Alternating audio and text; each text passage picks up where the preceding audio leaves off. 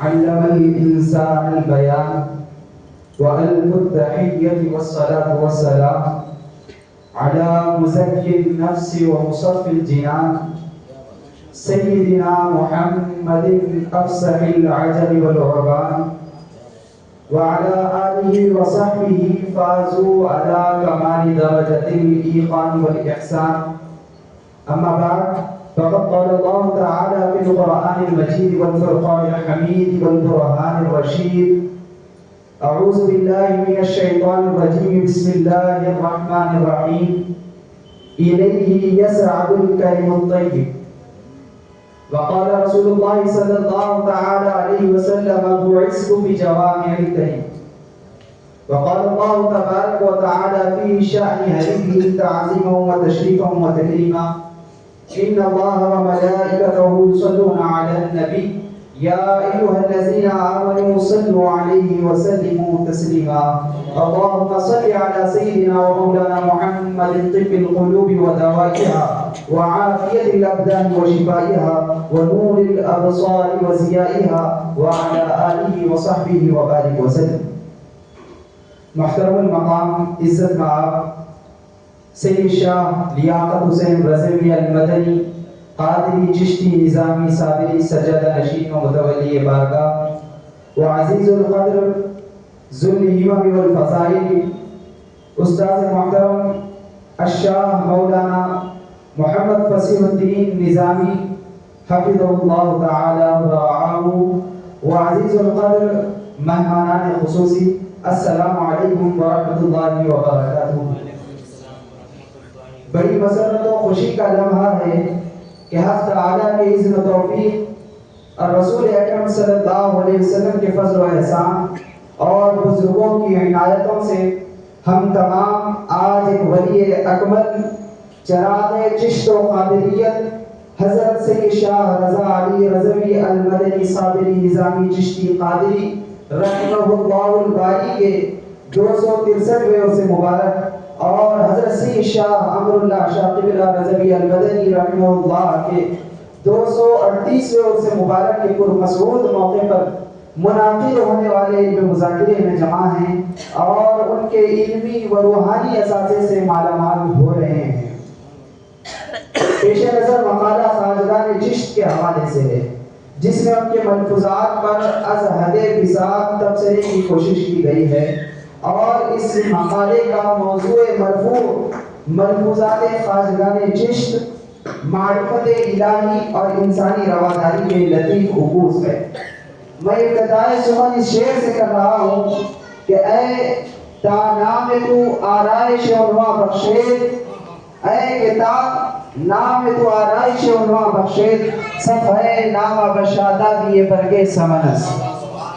تاریخ تصوف میں جس سلسلے نے بر صغیر کے روحانی، اخلاقی اور تہذیبی نقشے کو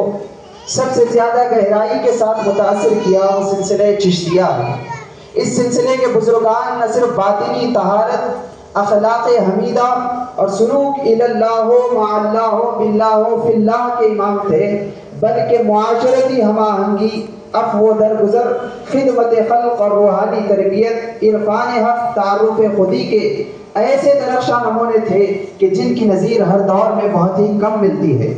ان بزرگوں کی فیوز و برکات، حکمت آموز ارشادات، تربیتی اشارات اور باطنی نکات، حکایات و تمثیلات کو بعد کے زمانوں میں یا ان کے روبرو ان کے مریدین اور معتقدین نے ملفوظات کی صورت میں جمع کیا، اور یہ مجموعے اتنے مقبول خواص و عوام ہوئے کہ آج تک باوجود مادیت پرستانہ عناصر کے ہنوز تصوف و سلوک کے طالبین کے لیے روشنی کا منارہ نور ہیں. ملفوظات چشت کی اصل اہمیت اس بات میں ہے کہ یہ تصوف کی عملی شکل کو پیش کرتے ہیں. کتابی تصوف فقط نظری اصول بیان کرتا ہے، جبکہ تصوف عملی ان اصولوں کے وجدانی نمونے فراہم کرتے ہیں. سلسلے چشتیہ کے مشائخ و بزرگان کے اقوال و ملفوظات اسی پہلو کو اپنے اندر سمیٹے ہوئے ہیں، یعنی تجربہ عشق و معرفت کے وہ لطائف جنہیں کتابی پیرائے بیان میں ظاہر نہیں کیا جا سکتا. البتہ ایک صاحب حال صوفی کے جملے میں وہ اثر انگیزی ہوتی ہے کہ جو دلوں کو موہ کر یکسر بدل دیتی ہے اور اغیار سے بیگانہ کر کر یار کا شناسہ اور متوالا بنا دیتی ہے. ملفوظات خواجگان چشت اہل بہشت کا ایک امتیازی وصف و خاصہ یہ بھی رہا کہ یہ سلسلہ اپنے اسلوب تعلیم و تربیت میں سادگی، بے ساختگی اور اعتدال کے ساتھ ساتھ دین کے ظاہری اور باطنی پہلوؤں میں کامل توازن رکھتا ہے۔ یہی وجہ ہے کہ ان چشتی بزرگان کے ملفوظات کے مجموعے نہ صرف روحانی ذوق رکھنے والوں کے لیے مشعل راہ بنے، بلکہ مؤرخین، محققین، سماجیات کے طلباء اور اردو و فارسی ادب کے قارئین کے لیے بھی بیش بہا سرمایہ فراہم کرنے والے ثابت ہوئے۔ کسی نے کیا خوب کہا ہے کہ ساقی تیری شراب میں یہ خاص بات تھی، ساقی تیری شراب میں یہ خاص بات تھی، نشہ بقدر حوصلہ بادخار تھا۔ یہ اقوال و ملفوظات ساری کے رائے حقیقت کے لیے کامل تربیتی نصاب کی بھی حیثیت رکھتے ہیں۔ ان میں ذکر و فکر، مجاہدہ و مراقبہ، توکل و اخلاص، فنا و بقا کے مراحل تفصیل سے ملتے ہیں۔ چشتی بزرگان نے تصوف کے اصول سے کتابوں سے نہیں لیے، بلکہ صحبتوں اور شیوخ کی ملازمات خاصہ نیز اپنے وجدان اور مشاہدے کے ذریعے ان کی عملی صورتوں کو واضح فرمایا۔ ان ملفوظات میں وہ لطائف و حقائق جنہیں سینہ بسینہ راز سربستہ کی حیثیت حاصل ہے محفوظ ہیں۔ تمامی مجموعہ میں تواضع، ایثار، خدمت، محبت قلب، عدل، قناعت اور صبر جیسے اوصاف کی حقیقت اور ان کی تعمیر کے عملی نمونے ملتے ہیں۔ یوں یہ ملفوظات اخلاق کے ایک زندہ و جاوید حساب کی حیثیت رکھتے ہیں کہ جن میں خالق و مخلوق کے باہمی اخلاق کا کامل سرمایہ موجود ہے، یعنی ان میں تخلق فرق با جمع اور تخلق فرق با فرق اور تخلق جمع با جمع جیسے ذریع اخلاق سے ایک ساری کے قلب و نظر، ذہن و فکر کو مزین کرنے کی صلاحیت و قابلیت موجود ہے۔ سلسلہ عالیہ چشتیہ پر ثقیل میں صوفیان تہذیب کی ریڑھ کی ہڈی کی حیثیت رکھتا ہے۔ ملفوظات خواجگان چشت جہاں علم اور وجدان و فکر کا فہم سامان کرتے ہیں، وہیں اپنے حد کے سماجی حالات، عوامی نفسیات، مذہبی رواداری، معاشرتی اقدار اور سیاسی ماحول کی بھرپور تصویر بھی پیش کرتے ہیں۔ خواجگان چشت نے ہمیشہ شریعت کے التزام کو تصوف کی بنیاد و اساس قرار دیا ہے۔ ان کے ملفوظات اس بات کے گواہ و عادل شاہد ہیں کہ چشتیہ سلسلے کا تصوف کبھی شریعت سے جدا نہ ہوا، البتہ اس کا عین مظہر بلکہ شریعت غرہ کا کمال مبلغ ہے۔ تاہم ملفوظات کے ان مجموعوں میں فارسی و اردو اور نثری ادب کی ایک مخصوص صوفیانہ لطافت بھی موجود ہیں۔ اظہار میں سادہ بیانی، الفاظ کے عام روانی تو ان میں ہے، مگر معنی کے اعتبار سے بڑے عمیق و گہرے ہیں۔ یہ ادب خود ایک ثقافتی ورثہ ہے۔ کسی بھی اہل سلاسل کے ملفوظات و ارشادات کے مجموعے دراصل سلسلے کی روحانی یادداشت ہوتے ہیں، جن کے ذریعے ادوار مابعد میں آنے والے اشخاص نہ صرف ان کے افکار و احوال سے باخبر ہوتے ہیں، بلکہ سلسلے کے روحانی تسلسل کو بھی برقرار رکھنے کے نمونے اور طریقے حاصل کرتے ہیں۔ نیز ان خصوصیات کے ساتھ ان ملفوظات میں فقہی، اخلاقی یا باطنی مسائل کو حل کرنے میں حکیمانہ فیصلے، مصلحت آمیز ہدایات اور لطیف اشارات بہم موجود ہیں، جو آج بھی رہنمائی کا اہم ذریعہ ہیں۔ ملفوظات خواجگان چشت محض تاریخی دستاویزات نہیں، بلکہ روحانی تربیت، اخلاقی اصلاح، دینی اعتدال، انسانی خدمت اور عشق الہی کی عملی تفسیریں ہیں کہ جن کا مطالعہ محض معلومات کی فراہمی کے لیے نہیں، بلکہ دلوں کی دنیا کو بدلنے کے لیے کیا جاتا ہے۔ یہ ذخیرہ پر ثقیل کے روحانی و عرفانی ورثے کا سب سے روشن باب ہے اور آنے والی صدیوں تک اہل علم و سلوک کے لیے باعث فیض رہے گا۔ یہ بات ضرور ہے کہ سلسلے چشتیہ کا تعلق جس قدر خواص سے رہا، اس سے کہیں زیادہ اس کا انتساب عام خلق خدا سے بھی رہا، جس کے سبب ان کے ملفوظات و ارشادات کے مجموعہ میں بہترین تخلیفات و تبدیلیاں ہوتی رہیں، جن کا حال کسی پر مخفی نہیں، لیکن باوجود ان تحریفات و الحاقات کے یہ ملفوظات کے مجموعے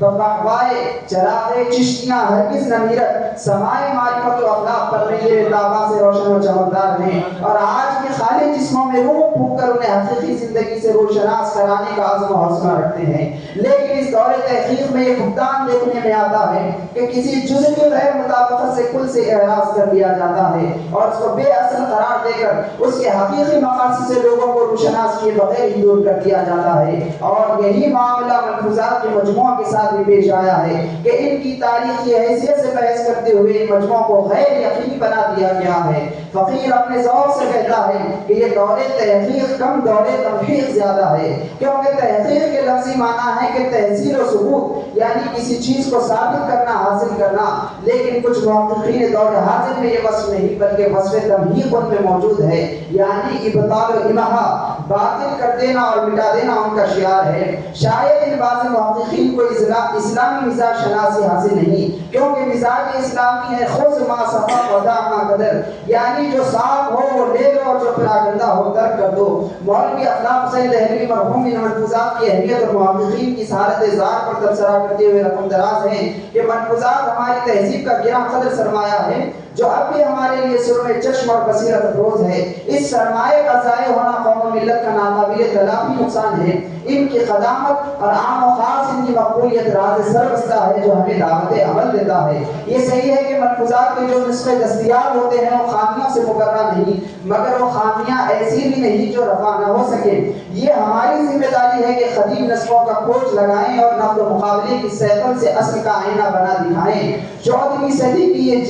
جیتی جاگتی کرامت ہے کہ جن کتب و ملفوظات کے وجود سے انکار کیا جا رہا ہے اور جنہیں جعلی قرار دیا جا رہا ہے اور جنہیں مابعد کے کسی شخص کے ذہن کی خلاقی کا نتیجہ بتایا جا رہا ہے، ان کے قدیم ترین سن 738 ہجری تک کے نسخوں کا سراغ ملنے لگا ہے، اور جنہیں معتبر و مستند بتایا جا رہا ہے 12ویں صدی تک پہنچ کر ان کے نشان قدم کا کھوج نہیں ملتا۔ 12ویں صدی تک بھی جو کھوج ملتا ہے وہ بھی ظنی اور قیاسی ہے، حقیقی نہیں۔ یہ امداد غیبی بھی ہے اور پیرانے با صفا کی کرامت بھی ہے، اور عقیدت مندوں کے لیے دعوت ایثار و عمل بھی ہے کہ دیکھیے پردے غیب سے کیا نمودار ہوتا ہے اور کون یہ سعادت حاصل کرتا ہے۔ آئینہ ملفوظات صفحہ نمبر 76 تا 77۔ نیز ان محققین پر کلام کرتے ہوئے اقدام حسین صاحب مرحوم نے مزید اور مقامات پر اپنی کتاب میں گرفت فرمائی۔ ملاحظہ اور صفحہ 84 سے صفحہ 90 تک۔ حاصل کلام یہ کہ ملفوظات جو اخلاق و تصوف، عرفان و تعارف کے امین ہیں، ہم بھی ان کے امیر و وارث بنے۔ یہی وہ ملفوظات ہیں کہ جو آج گرتی ہوئی اخلاقی اہداف اور روحانیت سے دور مادہ پرستانہ عناصر کی اتباع اور کیف و سرور سے لاچار ہو کر حزن و ملال سے دوچار ہونے والے عالم اسلام کے ہر فرد کی جملہ تشخیص و معالجت رکھتے ہیں۔ اس مقام پر مولانا روم کا شعر یاد آتا ہے کہ دست نا اہل اگر ترا بیمارت کند سوئے مادر آ کے تیمارت کند، یعنی کسی نائب طبیب نے تیری حالت اگر تباہ کر دی ہے تو اپنے ماں باپ ماں کے پاس آ جا کہ وہ تیری مدارات و تیمارداری کرے۔ بر صغیر میں خصوصی و اکثری طور پر اگر کوئی مادر اسلامی ہے تو وہ یہی سلسلے چشت کے بزرگان اور ان کی زبان حق ترجمان میں عفت نشانی ہے کہ جن کی باتوں نے ہم جیسوں کو دین اسلام کی دولت دنیاوی و اخروی سے ہمکنار کر دیا اور ہر بندے حق کو پابندے حق بنا دیا۔ غرض اگر کوئی مادی علائق سے بلندر ہو کر اس قدسی بارگاہ کی حاضری کا طلبگار ہو، متلاشی نظر ہوشیار ہو، طالب دیدار ہو، بس وہ ایک عمل کر لے اور بس ممکن ہے کہ صدق طلب و تلاش پر منزل مقصود بھی ہاتھ آئے اور فائز المرام ہو، اور وہ عمل یہ ہے کہ مور مسکین حوث داشت کے درگاہ برسد دست بر پائے کبوتر زد و ناگاہ رسد۔ ملفوظات خواجگان چشت کی مجامع کی فہرست یوں تو طویل ہے، مگر ہم ایک جدول کے تحت چند ایک مشہور اور معتبر ملفوظات کی مجموعی ذکر کرتے ہوئے آگے بڑھتے ہیں، جن میں فقط حضرت غریب نواز سرکار رحمۃ اللہ علیہ سے لے کر حضور بندہ نواز سرکار رحمۃ اللہ علیہ تک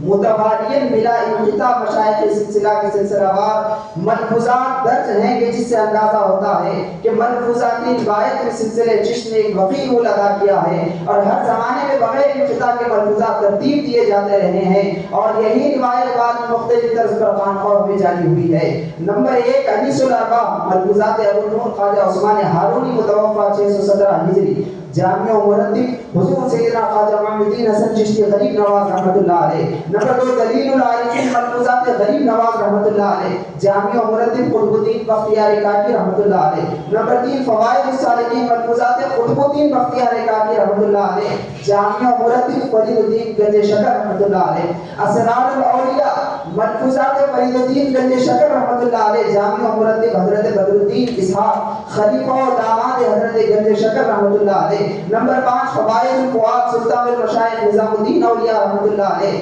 جامع و مرتب حضرت امیر حسن علی سجزی رحمۃ اللہ علیہ۔ نمبر 6 مطلوب الطالبین جزوی ملفوظات سلطان المشائخ نظام الدین اولیاء، جامع و مرتب حضرت بلال دہلوی رحمۃ اللہ علیہ خواجہ سلطان المشائخ۔ سیر الاولیاء ملفوظات سلطان المشائخ نظام الدین اولیاء، جامع و مرتب سید محمد مبارک عالوی کرمانی خلیفہ سلطان المشائخ۔ نمبر 8 خیر المجالس ملفوظات نصیر الدین روشن چراغ دہلوی، جامع و مرتب مولانا حمید قلندر خلیفہ چراغ دہلوی۔ نمبر 9 مفتاح العاشقین ملفوظات چراغ دہلوی، جامع مرتب حضرت شیخ محب اللہ چشتی خلیفہ چراغ دہلوی، نمبر 10 جوامع الکلیم خواجہ سید محمد حسین بندہ نواز رحمۃ اللہ علیہ، جامع مرتب سید شاہ محمد اکبر حسین بندہ نواز فرزند غلام بندہ نواز رحمۃ اللہ علیہ، نمبر 11 سیر محمدی جزوی ملفوظات خواجہ سید محمد حسین بندہ نواز رحمۃ اللہ علیہ، جامع مرتب غلام علی سامانی رحمۃ اللہ علیہ، خادم و مرید بندہ نواز رحمۃ اللہ علیہ۔ یوں تو خواجگان چشت کے اکثر و بیشتر بزرگان کے ملفوظات کے مجامع تیار کیے گئے ہیں، لیکن سب سے جامع ملفوظات کا معتبر و جامع مجموعہ سلسلے چشت میں فوائد الفؤاد تسلیم کیا جا چکا ہے، اگرچہ کہ اس سے قبل میں خواجہ عثمان ہارونی رحمۃ اللہ علیہ کے ملفوظات اور غریب نواز سرکار رحمۃ اللہ علیہ کے ملفوظات اور دیگر بزرگ چشتیوں کے ملفوظات لکھے جا چکے تھے، لیکن وہ سوانح حکایات کے ساتھ ساتھ جزوی طور پر ملفوظات کی صنف کو شامل تھے، سو کہنا بچا ہوگا کہ خالص طور پر اس صنف کا ارتقاء ملفوظات سلطان المشائخ نظام الدین اولیاء سے ہوتا ہے، جس کو ان کے مرید صادق امیر حسن اعلیٰ سرسی نے فرمایا، جو بجا طور پر ایک پرگو شاعر و ادیب تھے، اور ان کی یہ تعریف فوائد الفؤاد بہت مقبول عوام و خاص ہوئی، بلکہ انہوں نے دیگر کتابیں بھی تصنیف و تحریر کی، مگر جو شہرت ان کی ان ملفوظات سلطان المشائخ سے حاصل ہوئی کسی اور سے نہیں۔ حضرت امیر خسرو رحمۃ اللہ علیہ جو نظام الدین اولیاء رحمۃ اللہ علیہ کے اجل خلفاء سے تھے، وہ فرماتے ہیں کہ امیر حسن اعلیٰ سرسی نے جو ملفوظات جمع کر کر کارنامہ انجام دیا ہے، اگر وہ میری تمام عمر میں لکھی گئی تصنیفات مجھ سے لے لیتے اور مجھے وہ کتاب دیتے تو میرے لیے باعث فخر ہوتا، جیسا کہ حضرت بلال دہلوی خواجہ سلطان المشائخ اپنی تصنیف مطلوب الطالبین کے مطلب شاذ 19 میں تحریر فرماتے ہیں۔ آج تک یہ کتاب ارباب معرفت اصحاب حقیقت میں مقبول ہے، اس کے مطالعے سے دل کو راحت، روح کو تازگی حاصل ہوتی ہے اور سلطان المشائخ کی کرامت و عظمت ظاہر ہوتی ہے۔ حضرت امیر خسرو نے بارہا حسرت سے کہا کہ کاش میرے بھائی حسن میری تمام تصانیف مجھ سے لے لیتے اور مجھے ان کے بدلے فوائد الفؤاد عنایت کر دے، تو میں اس ایک کتاب پر دنیا و آخرت میں فخر کرتا اور اسے اپنی بخشش کا وسیلہ بنا کر اپنے ساتھ لے جاتا۔ ملفوظات یا تو وہ صنف میں شاید اس سے جامع ملفوظات کا مجموعہ موجود ہو، اس مجموعے میں حکمت و معرفت، عشق و محبت، ظاہر و باطن اور روحانی نعمتوں اور باطنی لقاؤں کے جو اسرار و اشارات کا ذکر ہے، ان سے فقط صاحب توفیق اہل ذوق ہی فائدہ اٹھا سکتا ہے۔ لیکن اس کتاب میں مضامین و مسائل کا جو تنوع ہے وہ ملاحظہ کریں کہ اس میں بجا طور پر تفسیر، حدیث، فقہ، تاریخ، سیرت، ملفوظات مشائخ، تعلیمات تصوف، اعمال تصوف، اوراد، آداب و اخلاق، اصطلاحات صوفیہ، اصول عقائد، تعبیر رؤیا، ادب و شعر، تمثیلات و لطائف جیسے کئی مضامین موجود ہیں، اور یہ کتاب کل 5 جلدوں پر محیط ہے، جن میں 188 مجالس کا احصاء و احاطہ کیا گیا ہے۔ فوائد الفؤاد کے بعد آنے والی ملفوظات بھی اسی کی اتباع میں معرض وجود منصر شہود پر آئی، جیسا کہ حضور سلطان المشائخ نظام الدین ولی اللہ کے خلیفہ اجل حضور برہان الدین غریب رحمۃ اللہ علیہ کے ملفوظات، جن کو آپ کے مرید خواجہ رکن الدین امام کاشانی نے بنام نفائس الانفاس ترتیب کیا، اس کے دیباچے میں رقم دراز ہیں، چونکہ ملک الکلام، احسن الشعراء، معجز الاقدام، افصح البلغاء، امیر حسن اعلیٰ سرسی احسن اللہ جزاہ و جعل الجنت مثواہ نے اس کو ہر پاک یقین و شیخ راز دین یعنی شیخ الاسلام نظام الحق و الشرع والدین خود قدس اللہ سرہ کے فوائد ملفوظات کے درر و جواہر تحریر کے دھاگے میں پروئے، لہٰذا اس بندے امیدوار کے دل میں یہ خیال پختہ ہوا کہ یہ بندہ بھی اس قطب زمان و غوث وقت فرید اثر و بایزید دہر اور اپنے پیر و مربی کی خدمت میں گزارے ہوئے نفیس لمحات اور آپ کے لطیف ارشادات سے ان صفات کو آراستہ و پیراستہ اور روشن کرے، تاکہ آرائش معنی طریقت کے خاصگار اس کے ذریعے محبوب حقیقی کے وصال کی مسند تک پہنچے اور ابکار دقائق سلوک کے تعلق مطلوب اصلی کے جمال جہاں آرا کا مشاہدہ اور مطالعہ کریں۔ نفائس الانفاس مترجمہ صفحہ 23 تا 24۔ فوائد الفؤاد کی اتنی جامعیت و خصوصیت کے باوجود بھی وہ سلسلے چشت میں لکھی جانے والی پہلی ملفوظ نہیں، کیونکہ اس کا آغاز و ابتدا سلسلے خواجگان چشت میں خواجہ خواجگان ہند الولی حضور غریب نواز سرکار رحمۃ اللہ علیہ کے دست و بازو سے ہوا اور انیس الابا اسی دست حق پرست سے ظہور میں آئی۔ اگرچہ اس کی صحت و انتصاب پر مؤرخین و محققین نے کلام کیا ہے،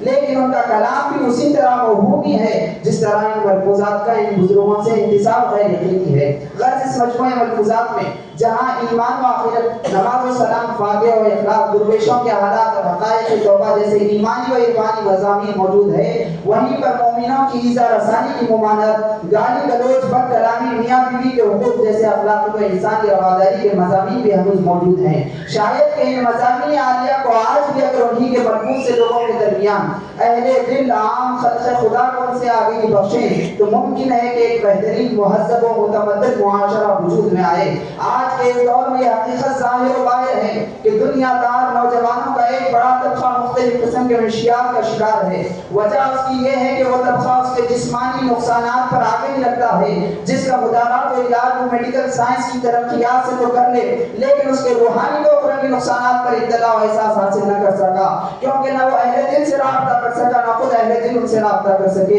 نتیجہ یہ کہ معاشرے میں بگاڑ کی صورت پیدا ہو گئی۔ غرض مقصود کلام یہ ہے کہ ایک بندے کو حق کا بندہ بنانے کے لیے کوئی چیز اکسیر ہے تو وہ ان بزرگان کے ملفوظات اور ان کے واقعات کی زندگی ہے کہ وہ لوگوں نے کس طریق پر مولا کی خشیت رکھی اور کس طرز پر مولا سے محبت کی۔ چنانچہ انیس الارواح کی ساتویں مجلس میں منشیات کے روحانی نقصانات پر تبصرہ کرتے ہوئے حضور غریب نواز سرکار نے تحریر کیا ہے، لکھتے ہیں کہ پھر فرمایا کہ ایک دفعہ خواجہ بایزید بستامی رحمۃ اللہ علیہ سے لوگوں نے پوچھا کہ اپنے مجاہدے کا حال آپ بیان کریں۔ آپ نے فرمایا کہ اگر میں اپنے مجاہدے کا ذکر کروں تو تمہیں اس کے سننے کی طاقت نہیں، لیکن ہاں جو میں نے اپنے نفس کے ساتھ معاملہ کیا ہے اگر وہ سننا چاہتے ہو تو میں سناتا ہوں۔ وہ یہ ہے کہ ایک دفعہ رات کے وقت میں نے نفس کو نماز کے لیے طلب کیا تو اس نے موافقت نہ کی اور وہ نماز قضا ہو گئی۔ اس کا باعث یہ تھا کہ میں نے مقررہ مقدار سے کچھ زیادہ طعام کھا لیا تھا۔ جب دن چڑھا تو میں نے دل میں ٹھان لی کہ سال بھر میں نفس کو پانی نہیں دوں گا۔ انیس الارواح مجلس 7 صفحہ 19۔ اللہ اکبر اللہ اکبر۔ غور فرمائیں، خوب غور فرمائیں کہ منشیات و شراب کا استعمال کجا اور مقررہ مقدار سے زیادہ غذا کھانے کا نشو و سرور کجا۔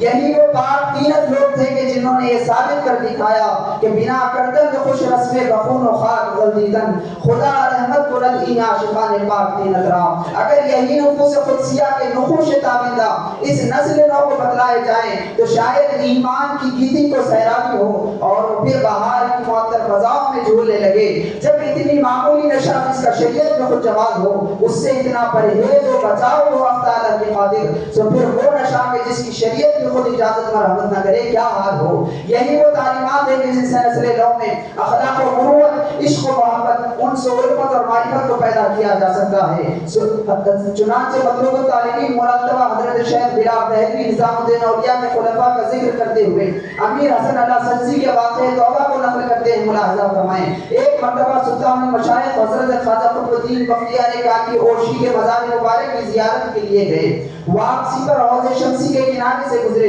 اس وقت امیر حسن شاعر اپنے دوستوں کے ساتھ حوض کے کنارے پر بیٹھے ہوئے شراب نوشی میں مشغول تھے۔ جیسے امیر حسن نے سلطان المشائخ کو دیکھا تو قدیم واقفیت اور آشنائی کے باعث وہاں سے اٹھ کر حضرت قدس سسنو کی خدمت میں آئے اور یہ ربائی پیش کی۔ سالہا باشد کے ماہم صحبتیں گر صحبت ہا اثر بودے کجاس زہد تامس از دل ما کم نکر فسق ما بن بہترس زہد شماس۔ ترجمہ: برسوں گزر گئے کہ ہم ایک دوسرے کے ہم صحبت ہیں، اگر صحبت کا اثر ہوتا تو نظر کیوں نہیں آتا؟ آپ کے زہد نے ہمارے دل کی بدعملی کو کم نہ کیا، شاید ہمارا فسق آپ کے زہد سے بہتر ہے۔ سلطان المشائخ نے یہ اشعار سن کر فرمایا کہ نہیں، ایسا نہیں ہے، ہماری صحبت میں ضرور اثر ہے۔ اس جملے نے امیر حسن پر بے حد اثر کیا۔ آپ اسی وقت سلطان المشائخ کے قدموں میں گر پڑے، توبہ کی اور مرید ہو گئے اور فی البدی یہ شعر پڑھا: اے حسن توبہ آزما کر دی کہ ترا طاقت گناہ نہ مان۔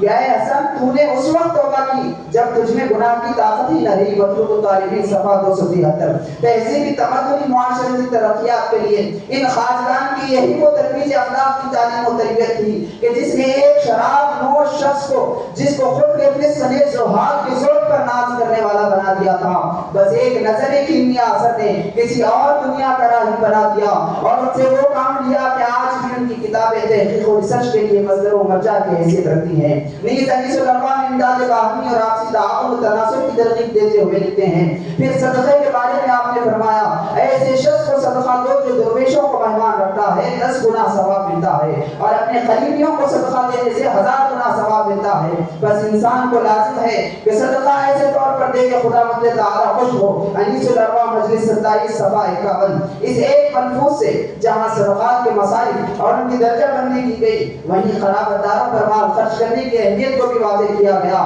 جو آج کی اس بد تہذیب بے مروت معاشرے کی اخلاقی رفتار کی جانب رہنمائی کرتا ہے، اور ساتھ ہی رشتہ داروں کو بھی بغیر احسان جتلانے کے وصف کی قید سے احسان کرنے کا درس دیتا ہے، جو ایک اخلاق کی بلند ترین معیار کا عکاس ہے۔ ساتھ اس کے ملفوظات میں عشق الہی، رموز معرفت حق سبحانہ و تعالی، فنا و بقا، محو و سو و سکر و استغراق جیسے موضوعات بھی شامل ہیں۔ چنانچہ حضرت خواجہ قطب الدین بختیار کاکی اپنے شیخ کے ملفوظات یعنی دلیل العرفان، یعنی اہل عرفان کا رہنما عرفان حق کے حصول کے ضمن میں بندے کی فنائیت اور اس کے اپنے نفس و حواس سے لاتعلقی اور تمام علائق کی دنیاوی سے کنارہ کشی کے بابت حضور خواجہ معین الدین چشتی غریب نواز رحمہ اللہ کا ارشاد رقم کرتے ہیں۔ بعد ازاں اہل سلوک اور عارفوں کے احوال کی بابت گفتگو شروع ہوئی تو زبان مبارک سے فرمایا کہ ایک مرتبہ خواجہ بایزید بستامی سے مناجات کے وقت یہ الفاظ نکلے کہ فالسلوک الیک، آواز آئی اے بایزید طلق نفس کا سلاسل وقل هو اللہ، یعنی پہلے اپنے تئیں 3 طلاق دے پھر ہماری بات کر۔ بعد ازاں خواجہ صاحب نے فرمایا کہ جب تک آدمی راہ سلوک میں پہلے دنیا و مافیہ اور پھر اپنے تئیں نہ چھوڑ دے وہ اہل سلوک میں داخل ہی نہیں ہو سکتا اور نہ ان میں کا ہوتا ہے۔ بس اگر اس کی یہ حالت نہ ہو تو سمجھو کہ جھوٹا ہے۔ دلیل العارفین مجلس نمبر 9 صفحہ نمبر 76۔ یعنی بندے کو اس وقت حق تعالیٰ کی جناب میں رسائی نہیں جب تک بندہ پانی سے خود نہ ہو جائے۔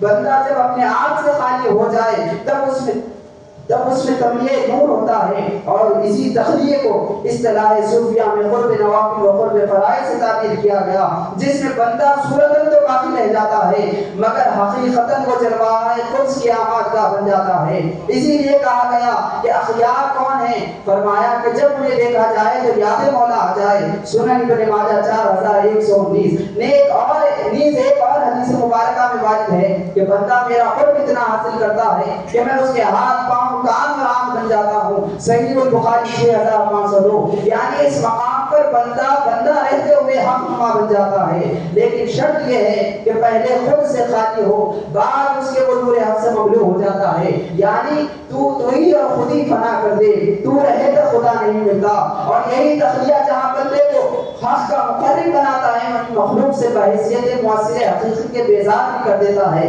یعنی اب اس سالک کو نہ کسی مخلوق کا خوف باقی رہتا ہے نہ کسی مخلوق سے امید وابستہ رہتی ہے، اور اسی امید و خوف کے مخلوق سے زوال پر اس کو مخلوق سے پہنچنے والے بیجا امور بھی باعث تشویش نہیں ہوتے کہ جس سے فساد و خرابی کا ظہور ہوتا ہے۔ نیز وہ کسی کی برائی پر اس کو برا نہیں کہتا بلکہ دعوت خیر دیتا ہے، اور کسی کی اچھائی پر اپنے نفس کی اچھائی کو غالب نہیں کرتا بلکہ اس کی اچھائی کو فوقیت دیتا ہے، اور اعلیٰ ترین اخلاق کا اظہار کرتے ہوئے جلوہ قدس میں مگن ہو جاتا ہے، اور اسی بارگاہ لم یزل سے اس کا تانتا بدل جاتا ہے، اور اس کا ورد ہوتا ہے کہ دنیا کے نیک و بد سے کام ہم کو نیاز کچھ نہیں، دنیا کے نیک و بد سے کام ہم کو نیاز کچھ نہیں، آپ سے جو گزر گیا پھر اسے کیا جو ہو سو ہو۔ غرض اس میں ایک لاؤ والی سی شان پیدا ہو جاتی ہے جو اس کو مکارم اخلاق کے درجہ تامہ سے ہمکنار کر دیتی ہے۔ نیز ملحوظ نظر یہ بھی رہے کہ ان اسرار و معارف کے بعد کے خواجگان چشت نے شریعت و حقیقت کے باہمی امتزاج کو ترک نہ کیا، چنانچہ حضرت بابا فرید الدین گنج شکر رحمۃ اللہ علیہ فوائد السالکین یعنی ملفوظات خواجہ قطب الدین بختیار کاکی رحمۃ اللہ علیہ میں شیخ کا قول نقل فرماتے ہیں۔ پھر آپ نے زبان مبارک سے فرمایا ایک دفعہ کا ذکر ہے کہ میں اور قاضی حمید الدین ناگوئی ایک شہر میں گئے، وہاں کا دیکھتے ہیں کہ 12 آدمیوں کی ایک جماعت عالم حیرانی میں کھڑی ہوئی ہے، اور ان دونوں کی آنکھیں ان کی دونوں آنکھیں آسمانوں کی طرف لگی ہوئی ہیں۔ وہ دن رات متحیر رہتے ہیں، لیکن جب نماز کا وقت ہوتا ہے تو نماز ادا کر کے پھر اسی طرح عالم حیرانی میں مغرور ہو جاتے ہیں۔ پھر خواجہ قطب الدین نے زبان مبارک سے فرمایا کہ ہاں اولیاء اللہ کا یہی خاصہ ہوتا ہے جو ان میں تھا، اگرچہ وہ متحیر تھے لیکن نماز کا وقت فوت ہونے نہ دیتے تھے۔ فوائد السالکین صفحہ نمبر 110۔ یہاں حیرت سے مراد سلوک کے مقامات میں سے ایک مقام ہے۔ غرض اس حیرت کے باوجود بھی وہ اشخاص ترک نماز کے مرتکب نہ ہوئے، اور اس پر حضور بختیار کاکی کا ارشاد فرمانا کہ اولیاء اللہ کا یہی خاصہ ہوتا ہے جو ان میں تھا، اس بات کا ثبوت دیتا ہے کہ سلسلے چشتیہ میں شریعت کا کس قدر انتظام کر کے اس کو درجہ کمال بتایا ہے. یعنی جہاں سالک کو اس حق تعالیٰ کے جلووں میں حیرت کا سامنا ہوتا ہے، وہیں پر اس کی ولایت کا کمال یہی ہے کہ شریعت کی تعمیر بھی ہوتی رہتی ہے. اسی طرح ایک مقام پر سالک کو سلوک میں حد درجہ احتیاط کی تلقین بھی فرمائی اور ہر آن اس کے لطف و مہر کے طلبگار رہنے کا پابند بھی بنایا. چنانچہ مرحوم ہے اس کے بعد آپ نے فرمایا کہ جب لطف الہی کی نسیم چلتی ہے تو لاکھوں شرابیوں کو ساحل سجادہ بنا دیتی ہے اور بخش دیتی ہے، اور خدا نہ کرے اگر قہر کی ہوا چلے تو لاکھوں سجادہ نشینوں کو راندہ بارگاہ بنا دیتی ہے اور سب کو شراب خانوں میں دھکیل دیتی ہے. بس اے بھائی، اس راہ میں بے غم نہیں ہونا چاہیے، اس واسطے کہ اس راہ میں کامل سلوک والے دن رات ہر وقت فراق کے ڈر اور خوف سے حیران اور غمگین رہتے ہیں، کیونکہ انجام کسی کو میں نہیں معلوم کہ کس طرح ہوگا. فوائد الصالحین صفحہ نمبر 103. بعد اس کے حضرت بختیار رکاتی نے شیطان کی تمثیل سے مزید اس کی تفہیم فرمائی. غرض سلوک کی راہ پر خطر ہے کہ جس میں سالک کو بڑی چترائی سے قدم رکھ کر آگے بڑھانا ہوتا ہے. ساتھ شیخ کامل و موسر اپنی مائیت و صحبت میں اس کو رکھ کر سلوک طے کرواتا ہے تو پھر اسے منزل تک رسائی ہوتی ہے. اور خاص طور پر سلسلہ چشت کے سلوک کی بابت شاہ نیاز بریلوی نے کیا خوب کہا: خانقاہ چشت میں جس نے قدم پہلا رکھا دوسرا اس کا قدم پھر عرش بالا پر ہوا. غرض اس مقالے میں ملفوظات خواجگان چشت کے چند اقتباسات سے روشنی حاصل کی گئی ہے اور قصہ عشق و مولا بیان کیا گیا، لیکن موقع و مناسبت اتنی طولانی سفر کی متقاضی نہیں. بالآخر یہی کہنا پڑے گا کہ یہ قصہ لطیف ابھی ناتمام ہے. یہ قصہ لطیف ابھی ناتمام ہے. جو کچھ بیان ہوا وہ آغاز باب تھا. وما علینا الا البلاغ.